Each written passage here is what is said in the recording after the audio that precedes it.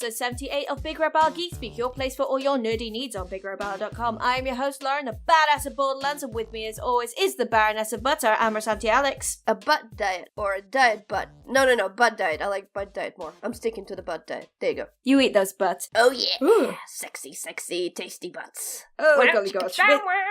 Bit of rump steak for your tea. Right.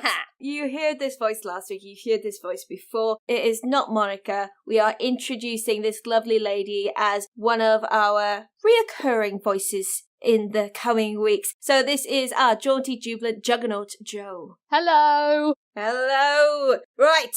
So our time waster of the week is artist did Overwatch characters as Pokemon. I did see this on Alex's Twitter. Do you want to explain a little bit more? I don't really know much more, except that there's an awesome artist whose work I saw on Tumblr. Of course. And what he or she did is reimagine Overwatch characters as Pokemon with different evolutions, and I thought they were absolutely fantastic as, like, idea and representation and how the evolutions went and the names and some of the descriptions. Oh, they are funny. Yeah, some of them are hilarious.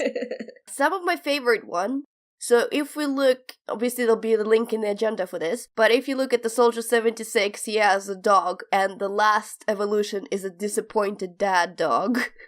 Aww. He's a really fat, upset dog. Then we have my favorite, and Joe's favorite, Mercy, and there was, when the Halloween update came, in particular were very upset because we didn't get the Mercy witch skin. Because apparently players who actually play Mercy don't get to get that skin as the players. Yeah, it would appear, that's the way it goes. If you actually play the character, you won't get the skin. Yeah.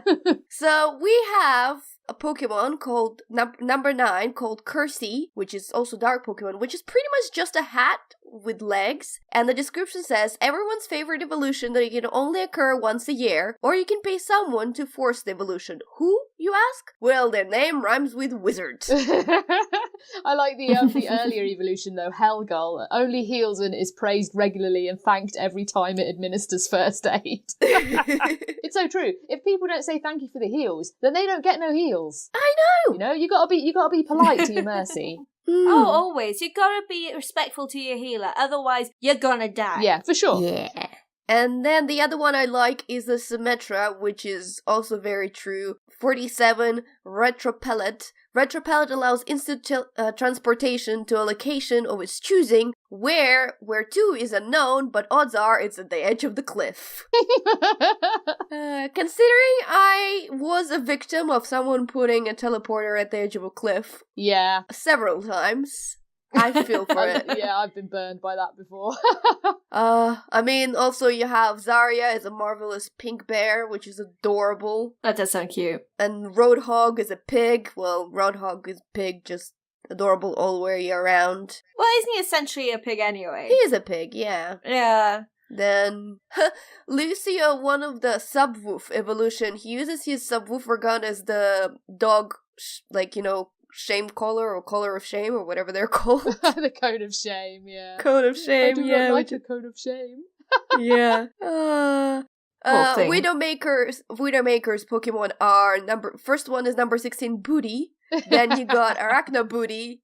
And then you got Arachnoscope. They are very good. Yeah, it's all about the butts, so I approve. So check those out. We will have the links down below in the show notes, or just head over to Alex's Twitter. She has retweeted it. I do not know the specific Twitter handle, but that will be down there with Alex's tweet. She is at Dusty Tulip. Dusty _ Tulip. Because people do write to Dusty Tulip, and that poor person is very confused by now. Oh. Like, what the hell is going on? Like, there's just keep people tweeting me all the time talking about butts. What's going on? I know. That is not a problem. That is never a problem. But there has also been an update for Pokemon GO. For those of you who yes. may not still care. I started playing it again yesterday when I got the update and have got a bunch of cute things. There's some new evolutions that have been added in, new things that you require for evolutions, like if you want to evolve your Onyx into a Steelix, you need a metal coat, as well as 50 Onyx candies, so that's gonna happen way into the future for me. I got the coat, but not the candies. But yeah, if there's any of the new Pokemon that you think are pretty cool, tweet at me. They are super cute. Yeah. They are super cute. Oh, I yeah. caught one earlier that is essentially a teddy bear. Teddy Ursa. Oh. He's just a little teddy bear with a crescent moon on his face. It's yeah. ridiculous. And yeah, there's the little Natu bird, which is just ludicrously cute. Oh, he turns into this big Aztec-y bird, That's right, which is kind of yeah, weird. yeah. I've got him. I got an Asmoril today. I got a Sneasel, which is like a sassy kind of cat Sneasel? thing with a... Yeah, it's like a sassy cat thing with a gem sticking out of its head. Nice. And there's Centra, which turns into Furret, which is just a ferret with stripes. And it's just the best. When you look at it, it's like you look like a fat kind of glider bunny thing. And then it turns into a ferret. And then you turn literally into a ferret.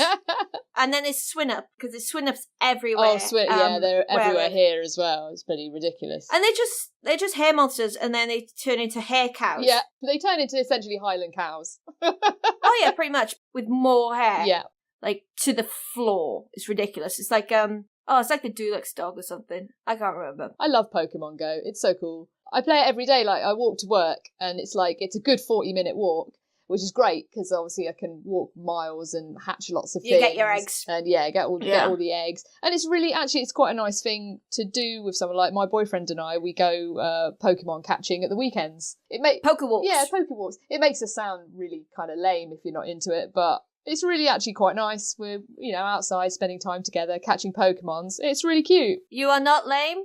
My partner and I, we do it. We did it yesterday on the way back from the Olympia. We've done it many times in the past in the dark and met other couples pokewalking to the gyms near us. Admittedly, I haven't really played in the last couple of months. I played a little bit at New Year when they were doing the whole incubator thing. Oh, yeah. Just run out of my last free incubator now, so I've just got the regular one. But yeah, it's kind of reinvigorated my love for it. It's just finished now, actually, but they did a big event at Valentine's where it was double candies on everything. So everything you caught, you got 6 candies rather than 3. And when you traded stuff into the professor, you got 2 rather than 1. And there were loads more pink things around. So there were lots of like Chanseys and Clefairies and Slowpokes around. So that was really nice. And yeah, there was things would hatch quicker as well. So I was getting through quite a lot of eggs. But that's just finished now. They finished it just before the new update. Yeah, because I've been looking at some of the new stuff, because like if you have a Slowbro, you can evolve it into Slow King if you have a King's Rock, and you can also evolve Poliwhirl into like the frog version of him. I can't remember the name of it. And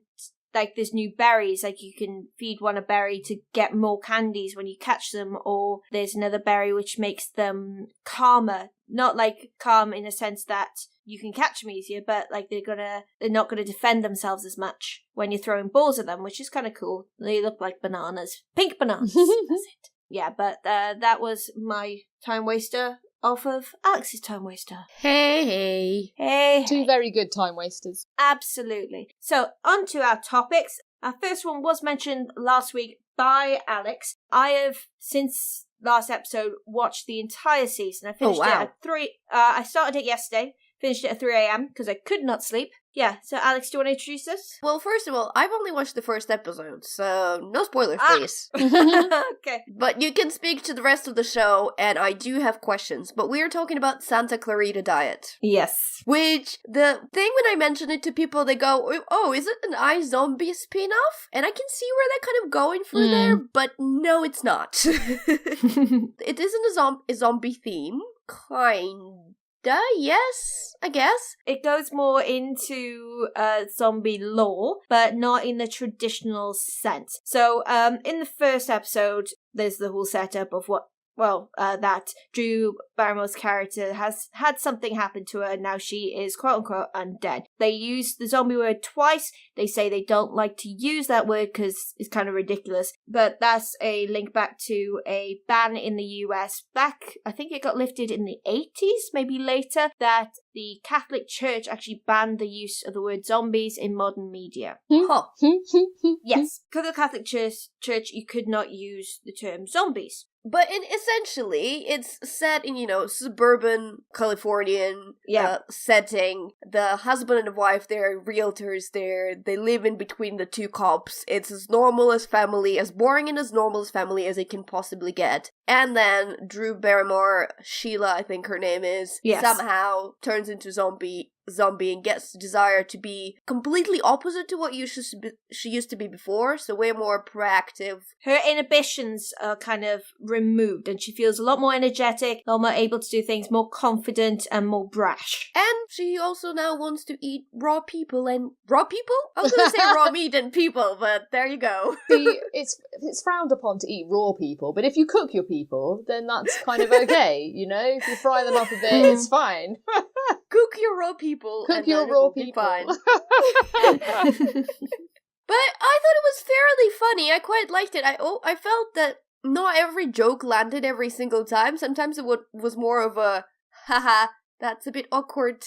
Haha, that's an awkward laugh out of me, rather than actually laugh out loud moments. And there's some comedy based on, like, disgusting aspect of things. They also try and build the comedy on their... Because Drew Barrymore, she's a zombie in the sense that she wants to eat people and her body isn't living. It still looks alive. It's still very pink and bright, but like her blood is dried out. If she stabs it, she doesn't feel any pain. That kind of thing. But they're just trying to go about their normal day-to-day mundane lives whilst trying to deal with this. That's why they're trying to get the comedy across. So Timothy Olyphant plays her husband, who you might remember as Agent 47 from the first Hitman movie. But he is just trying to deal with this. He's trying to like, okay, honey, right, I'm not going to bash your brain in. Let's try and deal with this. But like you were saying with the jokes not always hitting, that kind of is the theme for the entire season. That's what I felt. But I don't know if they're making it awkward on purpose or that jokes literally don't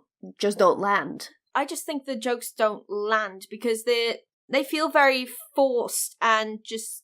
I know it's not a normal situation, but it doesn't feel organic to the situation, if that makes sense. Like, the daughter, at the start, she's not so bad, but then she just randomly switches and goes a bit doolally, and she just seems a bit forced. So do you think it's got like first season syndrome where it's a little bit try hard, maybe? Oh yeah, absolutely. It is really very, very try hard. I watched the entire thing, was working on my computer, and then I was half listening to it over Chris's snores, to be honest. I didn't care enough. It wasn't that I didn't want to move close to the TV. I didn't want to try and like pinch his nose to shut up with the snores. It's just like, it's not really dragging me into it. It's not really got that oomph. It's kind of just there. Yeah. Yeah. Exactly. I feel the same because I watched the first episode and I liked it enough to keep watching, to be honest. But I've not really progressed since then. There wasn't a sudden urge to like, I need to know what happens next. And again, part of it, I guess, comes with the premise. We've been so overfed on everything zombie. There you go. Very good. I know, I try. Even when I have blocked nose and can't breathe, I try. I love a good pun. So good. But we had it so much, and it was so overused in every kind of possible sense that now whenever you bring us a concept of something zombie related, I think we all take a step back and we think, do I really want to waste my time, but commit my time to watching this? Or can this be something else? And I think in a case of, for example, a zombie, about which we talked a couple of episodes ago, that completely works against the show, and it's a really great shame because I think that show touches on a lot of interesting bits and takes quite overused premise into a slightly interesting twist. It's something different and enough different to keep going. Whereas this one, I'm like, okay, it's not like they're doing anything new so far because, right, they're taking zombies, which we know about. We're taking the suburban California life, which we've seen so many shows about. And then we're putting a person dealing with some supernatural occurrence and trying to bring back to normal while his wife is resisting that. I don't know, it's just like things that I'm like, I've seen this done before. Well, she does come around and they are trying to work it out. It's just, there's no resolution. I know it's the first season and they're trying to extend it, but like you never know why or what happened. It's unsatisfying. And it hasn't seemed to be an event in the first episode. And again, I've just seen the first episode. But there's not been a point where, like, this happened and now she's a zombie. No, she just suddenly wakes up and she's a zombie. Well, she has the spewing episode. And Yeah. the red ball comes out of it. Yeah, so there are some zombie tropes which are fed throughout the entire season. The season's about 13 episodes, I think it was. So, do you want spoilers or not? Nah, no spoilers. No spoilers. Okay. So there are some zombie tropes kind of filtered in, and they have to deal with some of that, and it is some of the traditional stuff, but it doesn't make sense in the context of how she is currently as a zombie, because she has complete brain function in the first episode. She has relatively full control of her body, which does change. She has all her motor function. She doesn't seem to be degrading as fast as the zombies we've seen in the past, and she, like I said, she's not mindless. She goes about her day-to-day life. Admittedly, other stuff happens, so like she kills people, but overall, there's no greater change. And it's just not satisfying. So would you say if someone hadn't started watching it, and obviously based on you've watched the entire series, would you say that it's worth watching? Or when you think of how many other zombie shows and things there are out there, is it not worth it? It's not worth it to me. Like, if you've exhausted your supply of Netflix shows, which you shouldn't be able to anytime soon because there's plenty on there. We have discussed this at length. But if you just want something in the background while you're working, maybe, because like it has some interesting points. They had some cool actors in there that I quite like. They've got I forgot her name. The waitress from Always Sunny, she's in it. The guy who hosts Drunk History, he's in it. The selling point to me was Nathan Fillion in the first episode. But he's gone! But then he's gone after the first episode, so I'm like, well... And he's fantastic, by the way. I just loved him. He just hits all the kind of levels of cheesy bad guy in that episode. He is very good generally. He's in Modern Family at the moment. Yeah. Oh, is he? Yeah, he's in Modern Family. I need to catch up on that then. It's it's good. If you imagine Captain Hammer as a realtor. Yes, that is correct. That's his kind of characterization. But like you've also got Portia de Rossi. She's in it as well. She's wonderful. Oh right, crikey. She's in the last episode, but she's like in the second to last episode as well, just like a little bit. You've got Patton Oswalt's in it. It's a really good cast. Oh, well, but they're only in it a little bit. It's like I saw a movie last weekend, Hail Caesar. I've been meaning to say it for ages, and like all the major build cast that are on the poster and in all the trailers, you barely see them. So it's just kind of feels like that. They've got all these kind of big recognizable comedy stars, but they're not really utilized to their best abilities. So like if you just want a background show, that's what I'd say this is, but it's not really a sit down engaged to the nth degree. Watch the first episode for Nathan Fillion, maybe not watch it afterwards. Unless you're really hooked. Yeah, I wasn't. I just watched it because I was kind of bored and couldn't sleep. Okay, so moving on to something that is, I'm guessing, a bit more engaging. So, Joe, you've been watching something a little more intriguing this week, haven't you? Yes, so I went to see Lego Batman, which, of course, was amazing. So, obviously, the Lego movie came out, was it a couple of years ago? I can't remember exactly when now. Oh, it was a fair few years ago now, because I've watched it several hundred times. Yeah, I do love that film. It was a runaway success, I think, because no one really I don't know if anyone expected it to be good, and then it was... No one expected it to be good. It came out in 2014. IMDb has it as 7.8 out of 10, which is a blatant lie. Amazon has it as 4.5 out of 5, and Google Play 4.4 out of 5, which I think is more likely. Yeah, it's definitely a 4 out of 5 movie, for sure. Oh yeah, absolutely. It's fantastic. Love it so much. But yes, so obviously one of the best things about the Lego movie was Lego Batman. He stole a bit of that film, so of course he gets his own film. Nah, Spaceman. Yes, true. Spaceship! Charlie Day Spaceman. He was the best. He was the best. It's such a good movie. But yes, so Lego Batman now gets his own proper movie. So it's by the same team. It's just awesome. It's so good. Obviously, it takes everything that was good about the Lego movie in terms of all the Lego jokes and all the things you can do with Lego that are fun, and adds Batman and just all of the Batman. And to be honest, for my money, it's the best Batman movie since the Nolan trilogy. Funnily enough, I was listening to one of Kevin Smith's podcasts and he said the same thing. It's brilliant. He said it's one of the best Batman movies. Yeah, that's the thing, like, you don't expect it. You go into a Lego Batman film and go, yeah, okay, this is going to be fun and it's going to be silly and Lego, blah, blah, blah. But it's actually a great Batman movie. Like, they've nailed the character. It's such a good sort of representation of Batman. And also the other characters that Batman encounters. So, of course, the Joker is the main villain. And there's so many great little cameos from other DC villains and characters and things like that. And the jokes in it are fantastic. Like, they all just hit the mark. And it's just so much silly fun as well. And, like, what was quite interesting, like, we went, my boyfriend and I went to, like, an evening show. Because, obviously, we both work, unfortunately. And we, bloody work getting in the way. Adult life, what is it? So we both went in thinking, okay, yeah, this is going to be cool. We're both Lego fans, we're both Batman fans. We knew we were going to have fun. What we didn't expect was for the entire cinema to be packed out with other adults. Like, it's just... Oh, yeah, completely. There were, like, maybe 2 kids in there, and the people that were enjoying it the most were all the grown-ups. So, you know, we just sat there laughing along at some of these great silly jokes. Like, for example, things that you see it on paper and think, okay, that's cool, but it's not going to be that funny. But in the film, they're hilarious. So when anyone shoots a gun in the film, like obviously a Lego gun, they all go pew pew pew pew pew pew pew pew, and it's just hilarious how it's done. It's just so silly. And Catwoman, she makes a couple of little appearances in it, and she has to preface and end everything she says with meow meow. So she goes, meow meow, I'm hacking the computer now, meow meow. And it's just so good.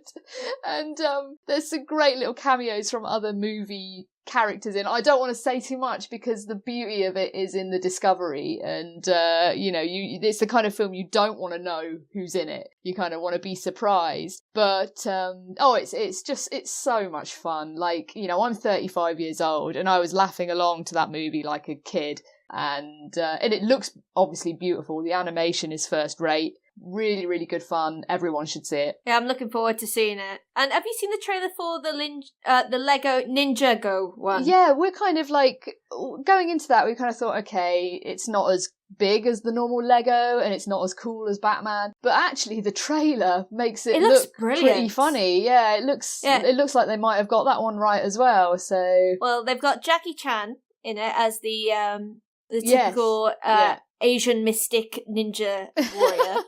Justin Theroux, who I adore, is the big bad guy. We've got Dave Franco, which is the lesser Franco. Yeah, the lesser Franco. Lesser Franco, who's doing quite well. Michael Pena, who's doing really well. I love Michael Pena. From Deadpool. Deadpool? Ant-Man. Why am I saying Deadpool? Ant-Man. What's wrong with you? Oh, God. You gave me a Deadpool t-shirt on Friday, and now I got Deadpool in my brain. I don't apologize for that. Fred Armisen, who you might know from SNL or Portlandia, and Olivia Munn, who is in Tron Legacy. Great cast. Am I thinking of the right Olivia? No, you're thinking of... I'm thinking Olivia Wilde. Psylocke from X-Men Apocalypse. Yes. She was Psylocke. Yeah, that's the one. Well, let's hope she's gonna get more than 2 lines.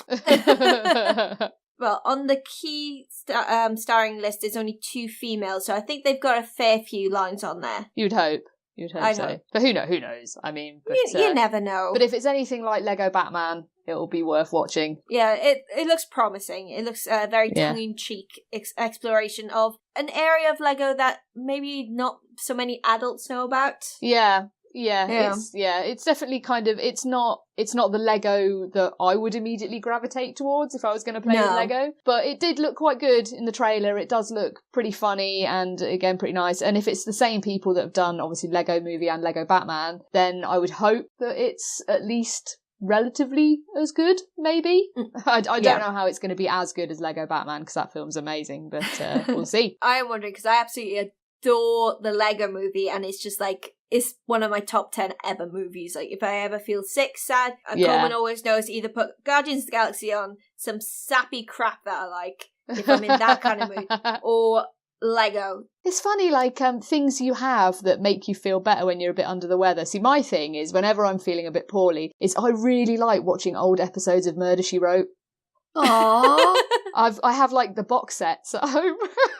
So if ever I'm a bit poorly, I just kind of get under the duvet and I've got the cat and like a cup of tea and stuff, and I'll just watch Murder, She Wrote.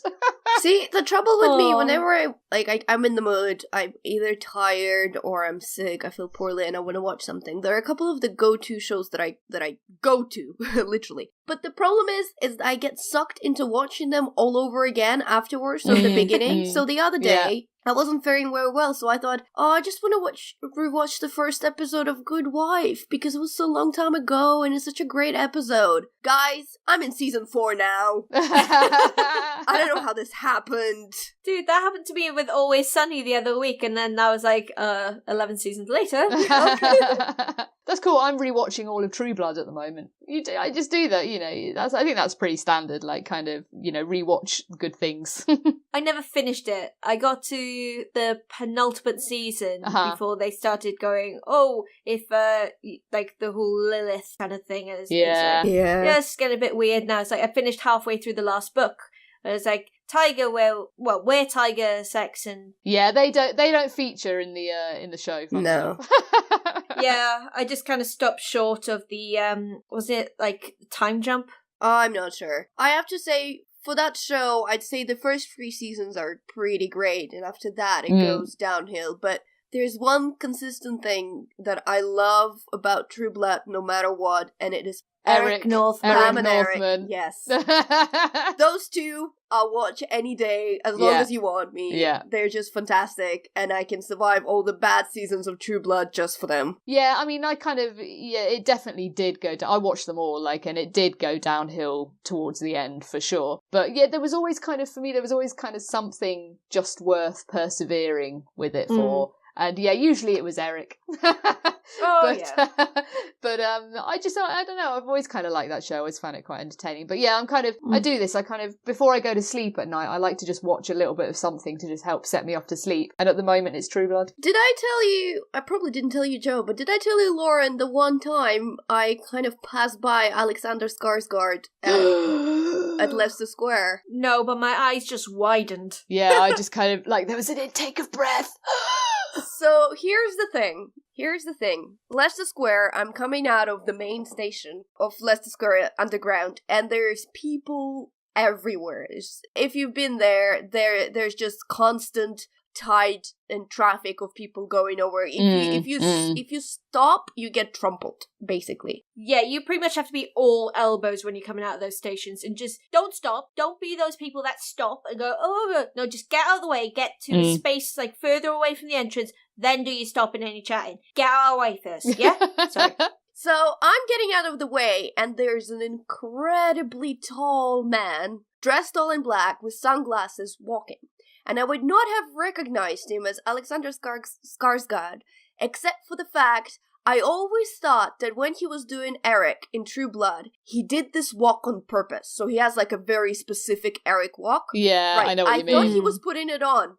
No, that's how he walks in real life. That really cocky, confident stride. Yes, big stride. The thing is, though, if you were him, you'd be pretty cocky too. I mean, yeah.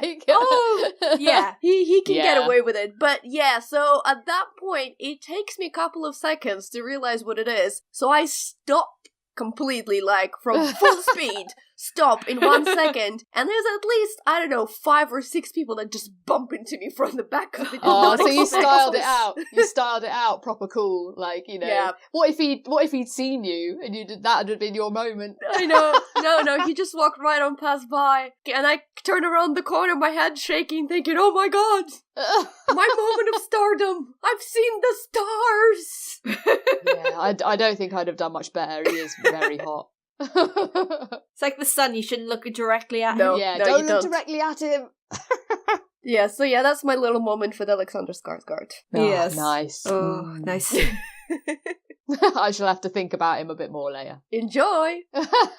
You just reminded me of someone I wanted to look up. I wanted to look up Bill Skarsgård. Oh, yeah. Because he's in something in the next couple of months. I can't remember what it was, but I couldn't remember what he looked like. So you just reminded me, thank you. But, Alex, you're going to talk some more. Less gushing... I'm sorry I used that word. Less about the attractive stars of shows gone by. I don't know what this one is, so I'm going to let you introduce it. I'm talking about Helix, which is actually a TV series. Oh, it is? Okay. I wasn't sure if it was a book or a TV series. It is on Netflix. I've watched a couple of episodes. There's apparently 2 seasons of that show, but I've not gone far beyond a couple of first episodes. Now, the reason why I'm telling this, and I'm gonna get a kickback from both of you, is that Tim actually told me that Helix is much scarier than Stranger Things, and now I absolutely have no excuse for not watching Stranger Things. Oh.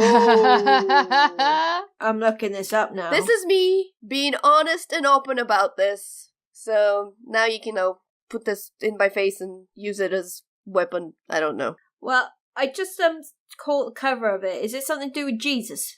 What? No. I don't know. Really.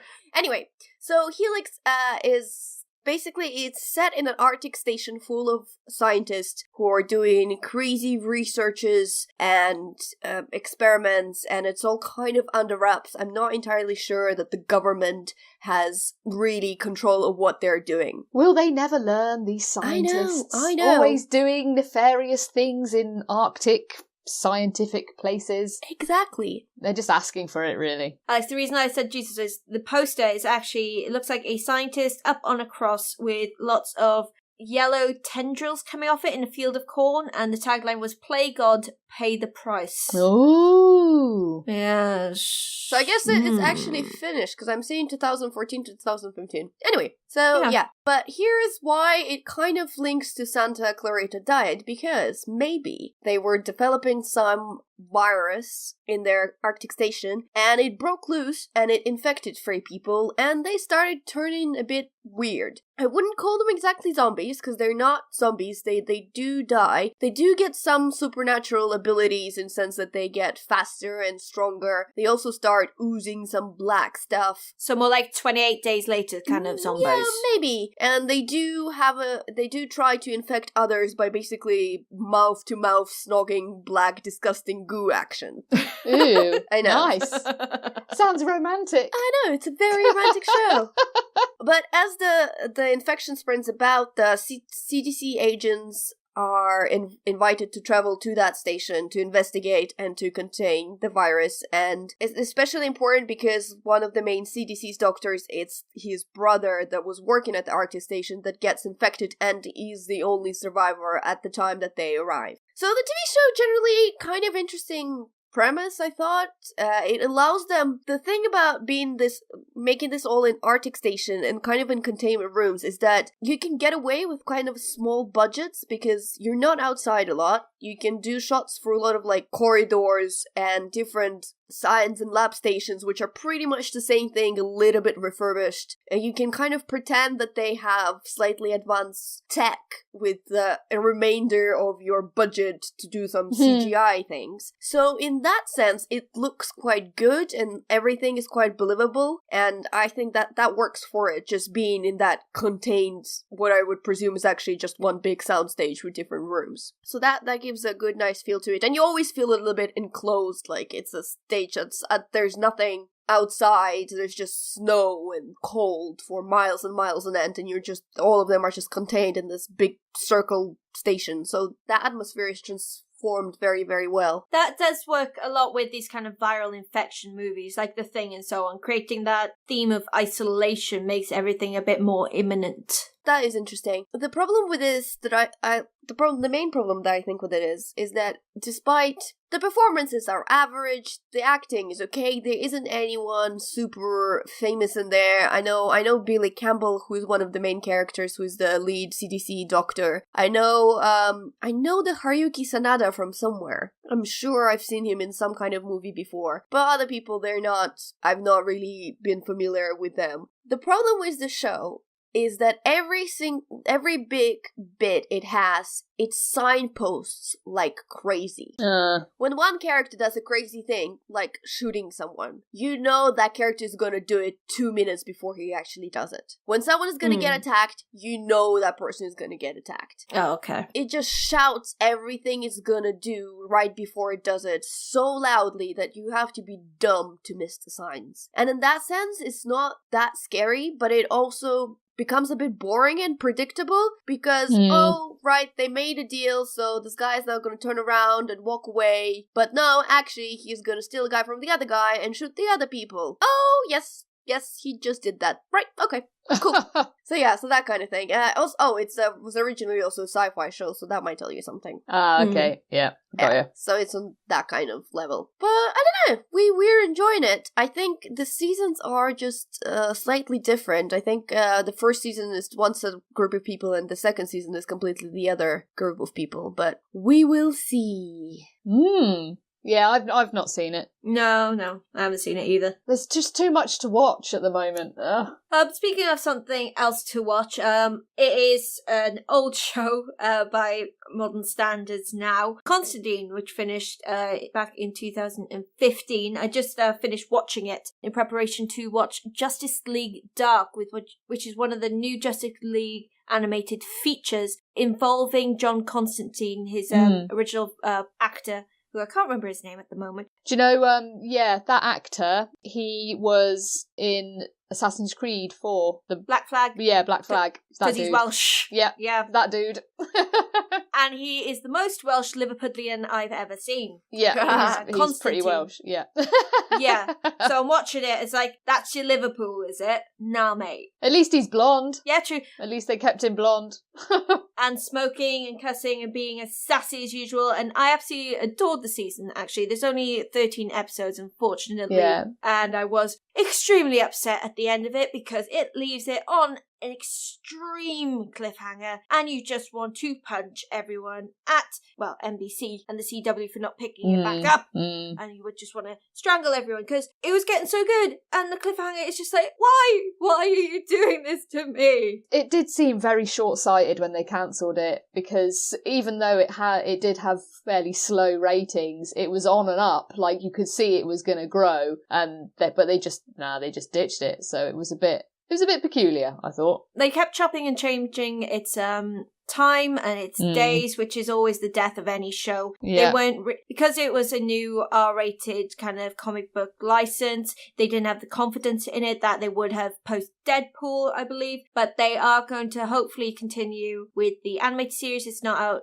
Yeah, it's hopefully out later this year. I don't know if it's continuing the story from the CW series. I really wish it does, but it is continuing on with Matt Ryan as Constantine. So the TV series is fantastic. First episode, they did recap a couple of things. It's got, who is it? Lucy Griffiths. Yeah. She was in it as a character who is kind of not quite psychic, but she could see into the plane of the dead. She left that. You can see her currently in Preacher as Preacher's right-hand female, but she was replaced by Zed, which was fantastic. I really like Zed. She's the sassy precog that everyone wants to know and love. But yeah, that's a really good series. 13 episodes, nice and condensed, very enjoyable to watch. The Justice League Dark is it's a standalone movie which has all the Justice League characters looking at more of the mystical side of their universe. So some sort of magic is starting to possess people and making them kill other people because they think they're demons. And Batman gets told by Deadman that he needs to go see John Constantine, and Zatanna is involved. You see a few of the other Justice League characters, but not in a major role. They just kind of swoop in, help out when they can. It's a really fun story. It's very enjoyable. The only issue is you still have normal Constantine's sass, but without actually seeing him, you don't get the full effect of it because Matt Ryan has a very expressive face. Half of Constantine's sass and charm is just from his mannerisms, and it's quite hard to translate that into the comic. So there's some moments where he's yelling and having a bit of an argument, and the character is just standing still, not really moving his face. And then there's some other elements where the character is being very active, but the voice acting comes out kind of flat. So it's a weird juxtaposition, but overall it's a good movie. It's a good kind of comic book animated movie for the DC universe. If you're looking for good DC movies, check out the animated universe. If you like Constantine, check out Justice League Dark. It's quite fun. Last thing I do want to talk about, I did mention it earlier, I went to the PC Gamer Expo this weekend.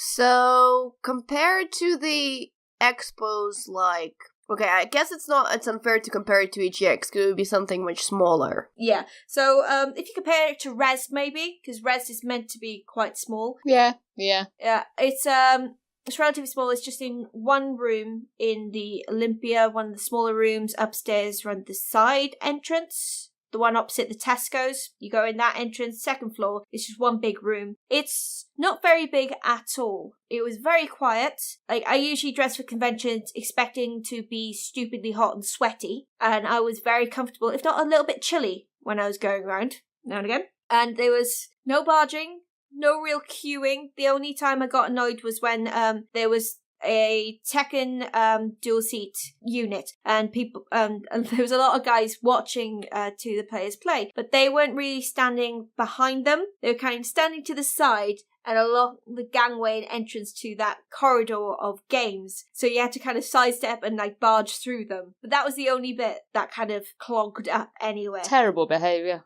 I know. Like, actually stand behind them. Don't just, like, they were literally, like, if you imagine the games in front of you, Yeah. they were off to the right in a diagonal line, and there was about 10 of them.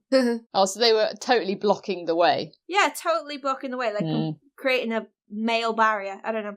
But to use a comment from Coleman, he actually said that when he went to play Sonic, what is it? Not Sonic Legends. The new Sonic thing at EGX, he had to wait an hour and 15 minutes for or maybe an hour and 45, can't quite recall, for a 30-second go on the game. Yeah. I was in that queue and left. Yeah, we literally walked up to it and sat down together and played it with banks of computers free for it. Right. So it was difference. quite a big difference. To be fair, I think that's good. I quite miss the fact that you can actually go there and spend your time playing the game rather queuing to play for a game. Absolutely. The only thing is, as it is a PC Gamer Expo, it is quite full of RTSs, MMO, well, not MMOs, like things like Overwatch and League of Legends. There was like tens of machines dedicated to things like League of Legends. There was a tournament area, which is kind of cool. There wasn't that great of a variety of games there if you're looking for something a bit different. Was there like an indie section, or it was pretty much just everything mixed together? There was an indie, like 2 rows, because it was all in rows, banks of computers all in rows. As you come in, there's an Alienware kind of booth showing off all their tech. You have this streaming bit at the back of the room, and like the little kind of talk areas. So there was a developer talk area at the back, there was a streaming talk area at the side, and a computer kind of workshop session over to the other side. Then if you head all the way to the left, there was some VR banks, and they were kind of dotted about the place as well. But you had to like book hours in advance for that, so I didn't even try. But it was just like Vive. There was a couple of things showing off some of the new technologies, like the wearable backpack PC, so you are not hindered by your VR console. So if you use the HTC Vive or the Oculus, you can just plug it into your backpack and you have free reign to move, which was pretty cool. There was a large game area, so game as in the store, selling stuff. There was a relatively large tabletop area, which I was surprised at for a PC gaming expo. So like a fair chunk was our friends Isdivium demoing some games, and they had quite a large shop area selling some merch and a lot of board games, which I thought was pretty cool. Game, being their usual charming selves, they did bring a special bit of VR kit, which I was really interested in. I did want to play it, but I felt a bit miffed off by this. They had this room which had vibrating floors. It was a VR experience where you are meant to go around an Aztec temple solving all the puzzles. You had the backpack PC on, so you weren't limited and you could wander around, but they were charging £5 to play it. Oh, that's not cool. Guys, I'm really sorry. Intervention, but my water is back on! Yay! Yay! Right, go get a glass of water. Yes! You keep talking! I'll be back! My water is back! Yay! Did that sound dirty? My water is back? When you started saying my water is, I was like, what? Yeah. Didn't even know you were pregnant, but okay. FYI, her water in her house has been cut off all day and she's just been desperate for a drink of water. Oh, I bet. Crikey. Ugh. Yeah, so I got a bit miffed off. It's like, I know it's only a £5, but that's not the point of these things. The point of these things is to experience, and you've already paid for your ticket. Like, we got press passes, so we didn't pay, but It's like the normal people who go there, and this is quite an unusual thing, you want to experience it, no, you're going to pay extra. Yeah, that seems a bit sketchy for my mind. I mean, I like Game as a company. Like, I buy stuff from them, and I've always had a good experience with them buying games and stuff. But that to me strikes as profiteering. Like, it's they've got a captive audience, so they can charge that, and people are going to pay it. But yeah, that does seem a bit not very nice. Yeah, it didn't seem quite cricket. There was a game I did want to play on the Vive called The American Dream, which is you are a person living out the American dream. You are trying to have the white picket fence, the house, the wife, the job, the dog, have a barbecue. But the trick is your hands are guns. Oh, well, that's going to make things awkward. So that sounded wonderfully ridiculous, and I did want to try that, but I'm just going to wait until I'm able to get it and take it to my friend's Vive. But I did play 2 games, which I played more than 2, but there was 2 games that really intrigued me. There was one called Knights and Bikes. Oh, that looks great. Yeah, I know the one. It was so cute. It's it looks like someone's cut and pasted paper together to make the game, like in a 2D kind of world. And you're these 2 kids who are trying to rescue, well, the bit we played, you're trying to rescue the librarian who's been kidnapped. And you're trying to find out what's happened, and you get led into an old abandoned amusement park, and you have to use all your wits and your imaginative children knight skills to save this person. And it's just kind of ridiculous and weird. Didn't get the full scope of it, because at one point we were picking up these there was these little balls of light after we destroyed enemies, and then they turn into like random objects. Like, one was a skull, one was a ticket, one was a sticker, and they just went into this little pocket on the screen. It's like, we didn't have time to explore what the hell that meant, but it was just really cute, really fun, a nice kind of co-op game, because Coleman and I did play together. The other game, which I am really excited about, and it has been about on Steam Greenlight, but it's getting a bit more traction at the moment, is called Outside Influence, and it was started off as a Portal mod, which you could get on Steam Greenlight, but it's now been kind of backed by Valve. It's being released by Sega. It's not finished yet, but it's by a university student called Sam Morris and his company called Elite Treacle, which I think is quite a cute name. Yeah. And it's a expansion to the Portal universe. So it's meant to be set about 15 months after the first game, so before the second game. And you are someone who's happened upon the facility. So you have no idea what's going on. So you're actually a talking protagonist in this. You're able to talk and interact with what's going on around you. And you have a new version of the portal gun. It's got an add-on feature, which means that you can shoot portals through portals. Oh, what? Blimey. So I played the first 2 levels. I didn't manage to finish the second level. It kind of spun me out because I was you know the bit where like there's 2 portals on the floor and you just keep bouncing between them? Oh God, them? yeah. Oh. I was getting stuck on that, and I adore Portal, but it's like, no, I'm still too delicate from a birthday party. I can't do this. But so the start of the level, you are given the portal gun. You're given a little introduction to the areas. It's a lot more talky. There's a lot of backstory, and like there's things like audio logs and videos that you can view, and it's quite beefed out. So you're given the portal gun. You are only allowed to control your blue portals at the start, much like the original games, and the orange portal's already on the wall. But you can use the blue portal through the orange portal, which I think is quite an interesting mechanic, because you have to think in a completely different way and like think round corners, if that makes sense.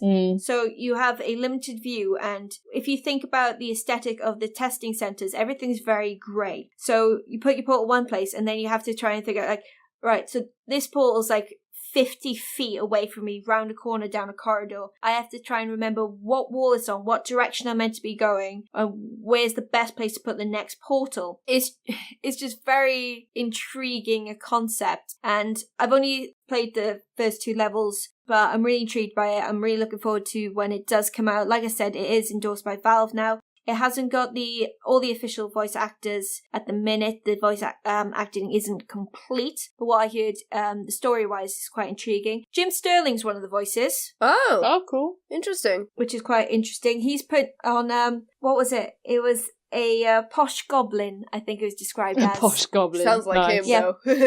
Yeah, so imagine his normal voice, like on Podquisition or Jimquisition, and then goblify it a little bit, if you can imagine that.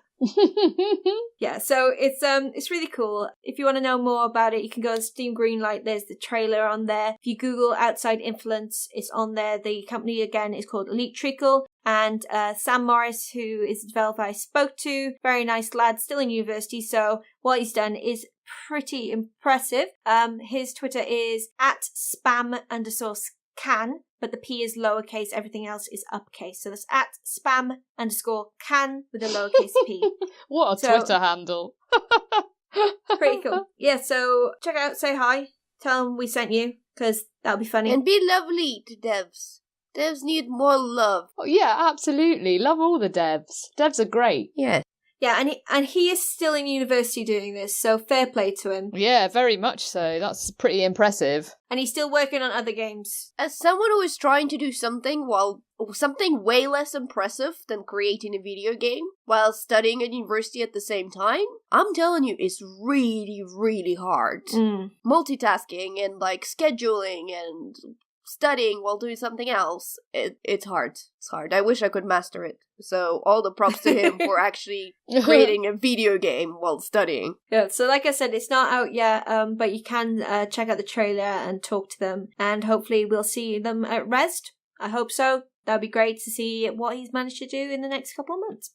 That is the end of our topics for this week. Just want to remind you of the giveaway that we introduced on our anniversary episode. Just check out that episode for all the terms and conditions. We will also have that down in the show notes, just to remind you of some of the stuff that we have to give away. We've got Game of Thrones colouring book, Pokemon the card game, Sun and Moon expansion, a lot of t-shirts, a lot more t-shirts and more t-shirts.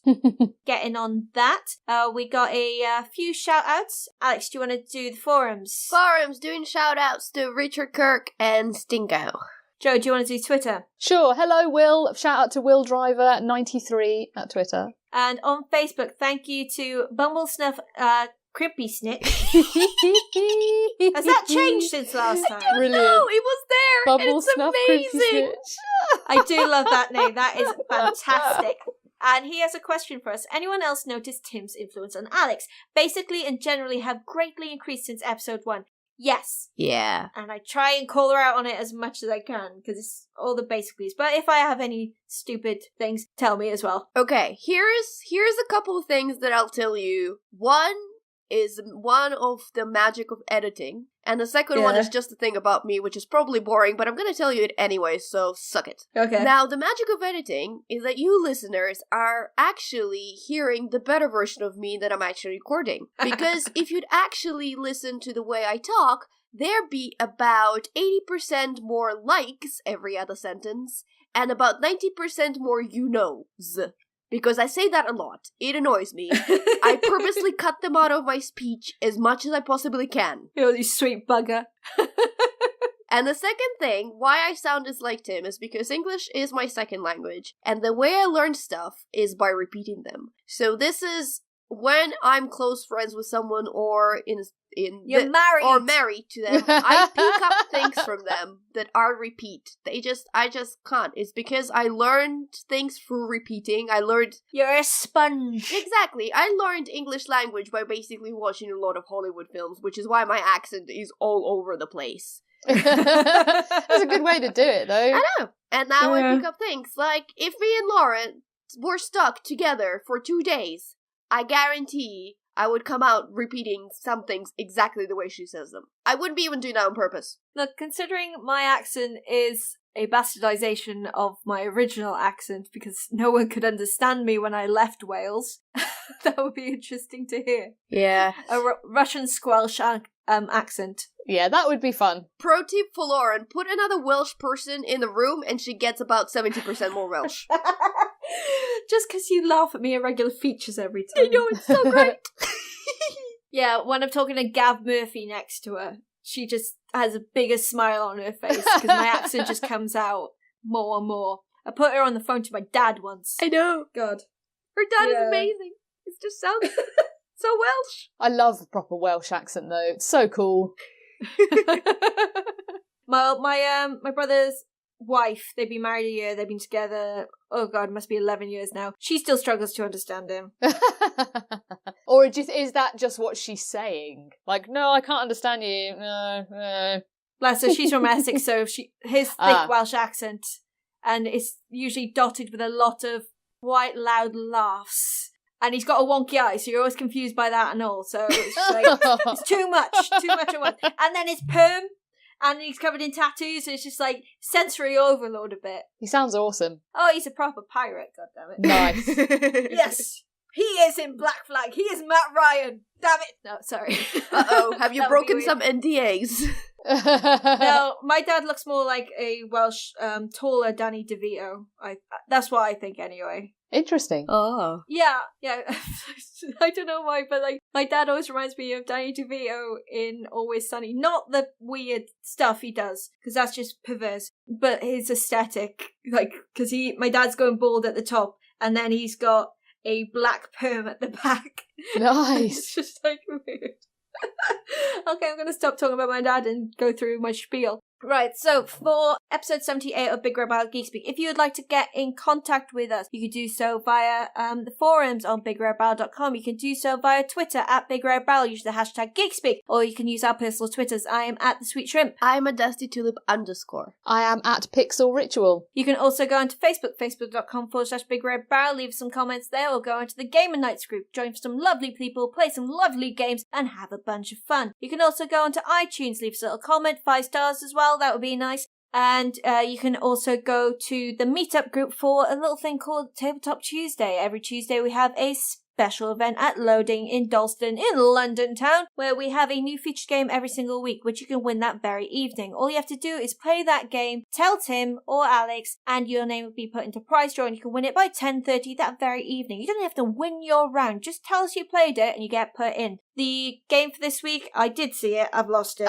No, that's because it was a game for the last week. I don't know what the game for next week is. I assume that Tim's gonna decide last moment before he announces it tomorrow. But what I'm gonna say is look out for the website at some point. My review of the Lord of the Rings Journey to Mordor dice game is gonna be up. And that is one of our Tabletop Tuesday feature games. So look out for that. So if you want to know more about Tabletop Tuesday, you can ask us any questions on the aforementioned medias, or you can go onto BigRedBarel.com, static page, top left-hand corner of the front page. It's everything you need to know. Click on that, ask some questions. You'll find out all the games that we have and anything else that might be pertinent to it, especially since Loading Bar has lots of lovely cocktails. That's very important.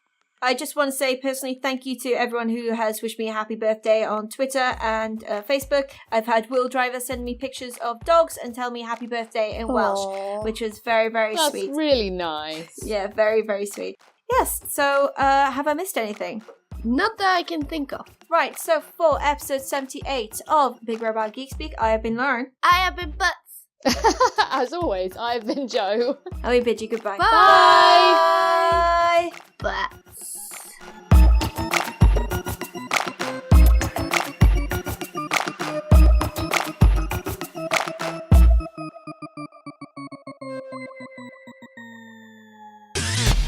You and your ears are quite welcome for the podcasting goodness that you just heard. Why not roll on over to BigRedBarel.com for more podcasts, news, reviews, and videos from the biggest, reddest site on the internet, BigRedBarel.com.